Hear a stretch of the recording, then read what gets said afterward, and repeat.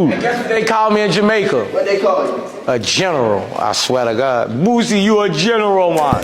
Good morning and good afternoon and good evening and good night. Every part of the day, see, bless up on yourself. Yes, sir. What if we told you that behind some of hip-hop's most magnetic voices lies a connection to one of the most influential islands in music history, Jamaica? In this episode of Super Rich Stars Who Are Jamaican, we uncover the hidden Jamaican bloodline in some of the rap game's biggest names. Some were born there, others raised by it, and a few, well, you'll want to stick around till the end for one whose Jamaican identity might just shock you. Subscribe and prepare to see rap in a whole new light, because Jamaica is more than reggae, it's hip-hop royalty too. That's right. There you go, Jamaica.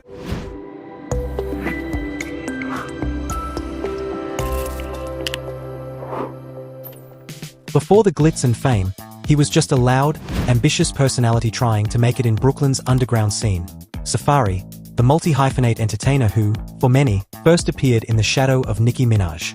But what's often missed is that both his parents are Jamaican, and he's never been shy about it. Hey, Matty boy! Hey, fix your mom not clot out with a blood clot, do you?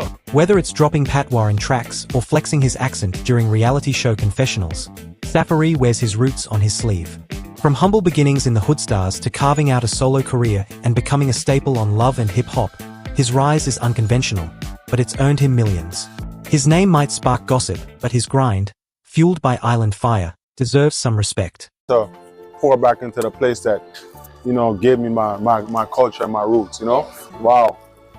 It's just so crazy to look back and just see how just life and just time just flies. Because to think that I would be an adult coming back here years later and doing a treat for the kids at a school, it's amazing. And speaking of unorthodox energy, few match the wild, unpredictable style of Ski Mask The Slump God. Born Stokely Goulbourne in Florida, his name sounds far from Caribbean, but his father? Fully Jamaican. Hey, how y'all know I'm Jamaican? What? The coolest thing about being Jamaican is the food, for sure. But the culture of it, everything, just even going out there and just living, you know what I mean? It's just a beautiful place, and I just appreciate it. I don't know, I'm really happy to be Jamaican. So. That flavor leaks through in his chaotic, genre-bending flow. Ski built his empire from SoundCloud to stages worldwide, bouncing between haunting trap beats and humor-laced bars, all while injecting a rhythm that feels strangely familiar to anyone who's heard a dancehall riddim. Though he rarely speaks of Jamaica in interviews, the bounce in his delivery, the aggression, the swing, it all hints at a deeper root, planted long before the world ever heard Catch Me Outside. I feel like a Gucci ad-lib. That same undercurrent of influence flows through a name that's often forgotten in the current era. But without him, Southern rap wouldn't be what it is. Bushwick Bill, the late member of the Ghetto Boys, was actually born in Kingston, Jamaica. His voice, his presence, his entire persona, raw, gritty, fearless, embodied a survival instinct that mirrors the reality of so many Jamaicans. Though small in stature, his presence loomed large in hip-hop. His legacy remains carved into the foundation of Southern rap, and despite his passing, Bushwick's spirit is still felt, especially by those who know his story began on the rock. Bushwick, a.k.a. Chuck, 4'8" and straight, don't give a And from one Brooklyn story to another, few resurrections have been as powerful or public as that of Bobby Shmurda. His real name? Aquil Jean Pollard. His background? A father of Jamaican descent and a mother from Trinidad. Brooklyn raised him, but the Caribbean molded his hustle. When his hot song exploded, it wasn't just the shmoney dance that caught fire. It was Bobby's charisma, his rawness, the kind of magnetism only an island soul could carry. Idiot boy! Where's that frownsy man? Fool. Waste man! Yeah, where's that? It's a fool, idiot boy, a dirty man! Even after doing time, he came back louder, brighter, and more unapologetic than ever. You hear the Caribbean in his cadence, and every time he references family or loyalty, you feel the Jamaican heartbeat in his code.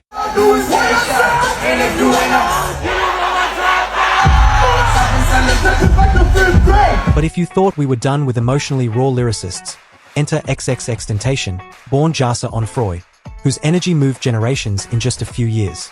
His father, a Jamaican man named Dwayne Ricardo Onfroy, was one of his earliest influences. While X was known for vulnerability and volatility, the emotional depth he tapped into mirrors the storytelling power of roots reggae. Songs layered with pain, hope, and revolution. His music often danced between chaos and calm, much like the stormy waves of the Caribbean Sea, and though he's no longer with us, his spirit and his Jamaican lineage live on in every lyric, every tattoo, and every mural painted in his honor.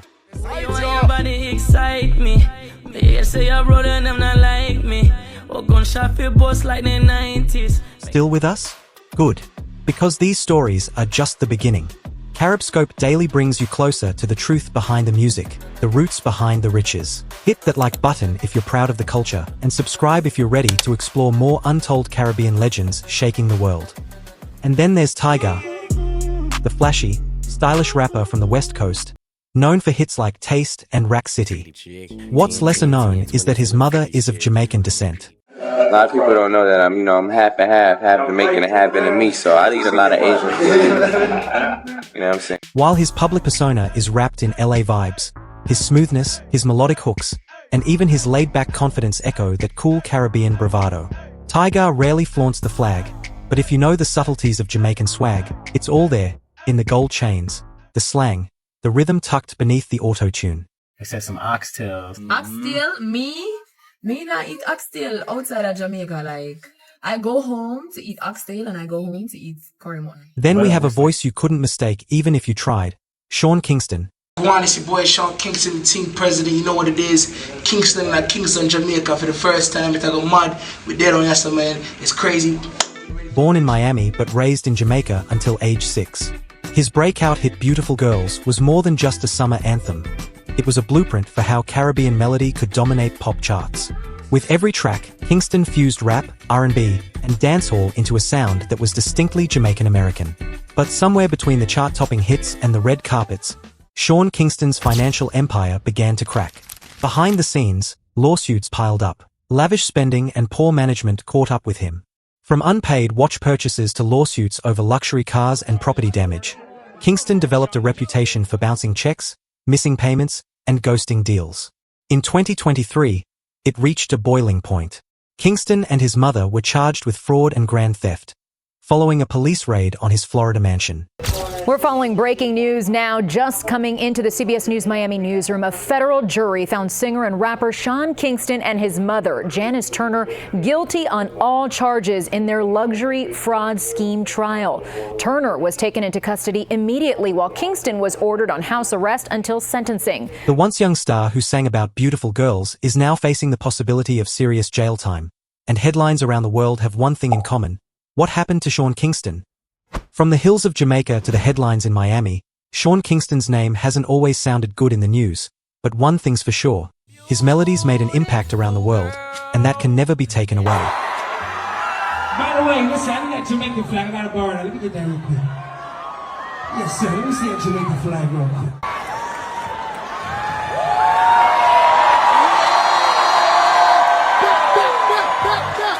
But if Kingston carried the melody, Slick Rick controlled the MIC.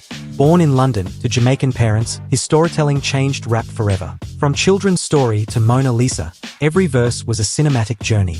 His accent may have been British, but his rhythm was Caribbean. His cadence smooth like dub, his delivery sharp like dancehall toasting. The man behind the eye patch and gold chains walked so today's lyrical giants could run, and his wealth, style, and legacy are drenched in Jamaican elegance. Yet even that level of icon status can't prepare you for the next shock, because the king of New York himself, the Notorious B.I.G, was raised by a Jamaican queen. Voletta Wallace didn't just raise Biggie in Brooklyn, she passed down values from her homeland. Biggie often visited Jamaica as a child, spending summers there, soaking in the language and vibe. His confidence, his storytelling, even his use of patois in tracks like Respect. It was Jamaica flowing through a Brooklyn lens. His music may be American hip-hop canon, but his roots are red, green, and gold. And just when you think it can't go any deeper, we arrive at the lyrical monster himself, Busta Rhymes. Born Trevor George Smith Jr., Busta was raised in New York by Jamaican parents, who ensured he never forgot where he came from. I am of the Jamaican descent, so I have to come back and honor how I was raised, the cultural significance that made Busta Rhymes Busta Rhymes. You can hear it in his voice, that fire, that command, that theatrical presence. He's shouted out Jamaica in countless tracks, collaborated with dancehall legends, and even sprinkled full patois into his lyrics without apology. Busta didn't just rise, he erupted, fueled by island heat, and built a legacy that bridges dancehall and hip-hop like no one else. Jamaica's influence in music stretches far beyond the shoreline. And now you know, these 10 super rich rappers didn't just spit bars, they carried an island with them every time they stepped in the booth. This is CaribScope Daily. Hit subscribe and ensure to like the video. It helps us get into the algorithm and make more exciting content like this for you. True thing. Yeah. I could go down the blood clot line. Hey, yo, chef, what them call this blood clot lamb we have? French lamb. French blood clot lamb in the bomber clot place. You know, see this? Hold on, no?